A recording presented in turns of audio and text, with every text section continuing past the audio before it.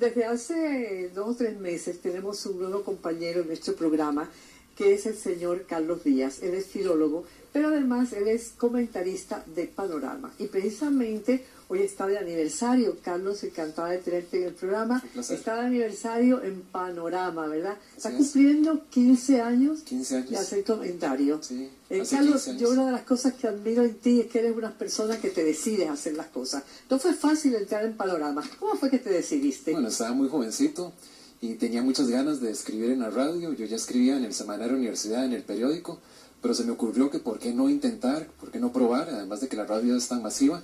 Entonces lo que hice fue llamar a Canara, a Panorama, y pregunté que cómo se hacía. Lo que pasa es que me dijeron que ahí solamente escribían ciertos profesionales, ciertos intelectuales de cierta edad, pero bueno, no me desanimé.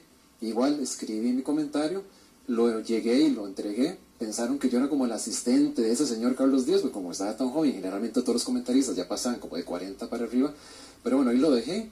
Esperé más o menos como unos 15 días, siempre escuchaba Panorama a ver en qué momento salía mi comentario, y precisamente un sábado 10 de octubre fue cuando salió mi primer comentario, que hacía alusión a la Concertación Nacional, en aquella época de don Miguel Ángel Rodríguez. Y a partir de ahí ya es historia, porque son 15 años consecutivos de estar escribiendo. Pero en esta pequeña reseña que nos ha dicho Carlos, hubo una frase muy linda: no me desanimé. Yo soy de ese grupo de los que no se desaniman, y yo quiero que usted sea también de ese grupo. No se quede metida ahí en la casa, no diga eso no es para mí, yo tengo mucha edad, tengo poca edad, yo no tengo conocimiento. No, todos podemos hacer todo lo demás, porque todos tenemos un cerebro, 2 ojos, los oíditos, la nariz, la boca, las manos, igual, hagámoslo. Y hay personas que le falta una mano, que le faltan 2, que tal vez no tienen las piernas, y usted ve cómo hacen las cosas. No me desanimé. Ojalá que esa frase tan linda que nos acaba de decir Carlos sea un estandarte para ustedes en su casa también. Y para que le digan a sus hijos, para que le digan a sus nietos, para que también luchen y salgan adelante. Bueno, como le decía, hace unos meses Carlos, me encontré con Carlos y había escrito un libro y vino y vi que era una persona que no se desanimaba. Y empezó a colaborar con el programa y ha tenido una aceptación grandísima. Precisamente está en estos días comentándonos un poquito sobre cómo podemos escribir, cómo podemos hacer un escrito, ya sea un libro, ya sea una carta. Todo más o menos tiene que tener una estructura. Y eso es importante que lo tengamos en cuenta, porque precisamente él va a hablar sobre los aspectos y las condiciones que debemos tomar en cuenta antes de hacer un escrito. ¿Verdad, Carlos?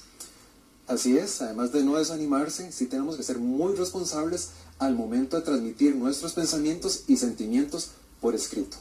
Porque esto es fundamental, el momento de escribir un poema, el momento de escribir un cuento, o cuando ustedes quieren elaborar una carta, un correo, se necesita establecer como un tipo de guión. Eso es como una estrategia. Si nosotros no tenemos como mucha destreza al momento de la escritura, si prácticamente nunca lo hemos hecho, entonces lo ideal sería tener como una especie de guión donde incorporemos todos aquellos elementos que son fundamentales para que nuestra comunicación sea clara. Esto funciona más o menos como una receta.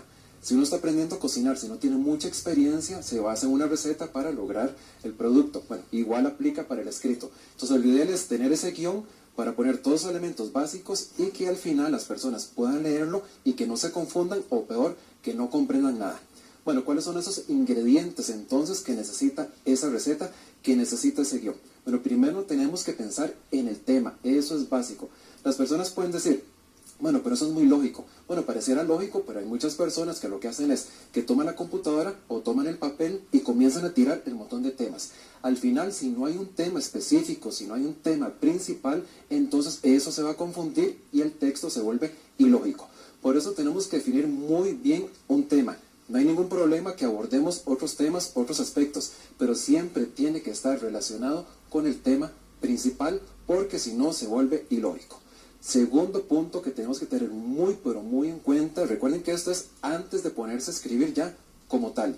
Tenemos que pensar en el propósito, en el para qué.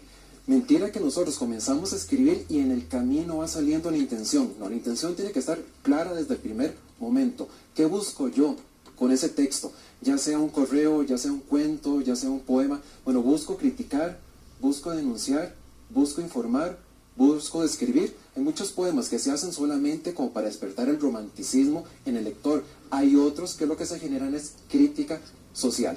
Entonces lo importante es, además de conocer también el propósito, es para quién. El auditorio es básico, porque no es lo mismo escribir un poema para un niño que para un adulto. Igual pasa con los cuentos o igual con una conferencia. No es lo mismo explicar sobre el TLC a un grupo de estudiantes de colegio que a un grupo ya de profesionales. Con esto es importante también con lo del para quién, porque ahora está muy de moda las formas de tratamiento que sería el usted, el vos y el tú. Y las personas no lo saben manejar muy bien y hacen una confusión. Hay que quedar bien claros de que si la persona no la conocemos muy bien o si es de respeto, si es formal el documento, tenemos que utilizar el usted. El vos es solamente para establecer relaciones de confianza y el tú, recordemos que en Costa Rica es mal visto. Hay que tener mucho cuidado con esto porque las personas, independientemente del cargo, la posición, de si es mayor o no, utilizan mucho el vos y perfectamente pueden caer en falta de respeto o peor, que hacen una mezcla de todas las formas de tratamiento. El otro punto que hay que tener bien claro es el material. Necesitamos recopilar toda la información posible para que realmente todo lo que estamos poniendo en ese documento sea pertinente. Si yo hacer un ensayo, por ejemplo, diciendo que Costa Rica es el país más feliz del mundo, tengo que buscar toda la información, puntos a favor, puntos en contra, para que eso tenga validez. Si voy a hacer una carta, por ejemplo, de renuncia o pidiendo una solicitud de aumento de salario o de pensión, pero tengo que empezar por lo básico. ¿Qué sería lo básico? Averiguar a quién va dirigida, el nombre de la persona y los dos apellidos, el cargo que tiene y también la posición que ocupa en la institución. Eso es básico. Ahora, muchas veces pasa que tenemos muchísimo material, muchísima información. Entonces, lo que tenemos que hacer es seleccionar esa información. No todo lo que tenemos realmente se justifica para ponerlo en el documento. Tenemos que jerarquizar, porque el problema es que si ponemos todo lo que hemos recopilado, posiblemente mucha información es insustancial. Entonces podríamos caer en el vicio que ya en algún momento lo hemos mencionado, del famoso blablismo, que sería poner información de relleno. Entonces esto no es tan complicado. Los pasos son muy sencillos. Pensar en el qué, que sería el tema, pensar en el por qué, el para qué, el propósito, pensar también para quién, recopilar todo el material posible y después de tener material, entonces comenzar a seleccionar. Escribir no es tan complicado, pero sí se necesita mucha disciplina y lo más importante, se necesita práctica. Independientemente si se tiene el talento o no, pero si se tienen las ganas, eso es primordial. Pero más allá de eso necesitamos practicarlo. Ustedes más o menos verán cómo lo pueden poner en práctica, si lo hacen todos los días, si escriben todos los días, a qué hora del día o por lo menos una vez a la semana, pero lo importante es que se vaya haciendo un hábito. Si nosotros no practicamos el arte de la escritura, va a ser muy difícil que realmente lleguemos a lograr un texto eficaz. Que tengan una linda tarde y continuamos con doña Inés. Muchas gracias, Carlos. Y yo creo que va a ser muy interesante porque también hay personas, por ejemplo, Carlos, que dicen currículum vitae, ¿qué cosa es eso? Bueno, es una historia de vida, pero de vida de los conocimientos de uno.